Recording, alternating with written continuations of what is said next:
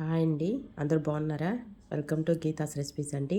ఆనియన్తో మరొక రెసిపీ అండి చేసి చూపిస్తాను. సేమ్ స్నాక్సే అయితే ఇందులో మనం ఆనియన్స్ స్లైసెస్గా చిన్న ముక్కలుగా కట్ చేసి వేసుకోవాలి.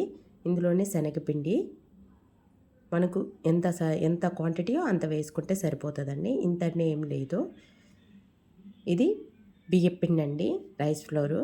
సో నేను అంతకుముందు మీకు మైదా పిండి వేసి చూపించాను. ఇదేమో రైస్ ఫ్లోర్ వేసి చూపిస్తున్నానండి.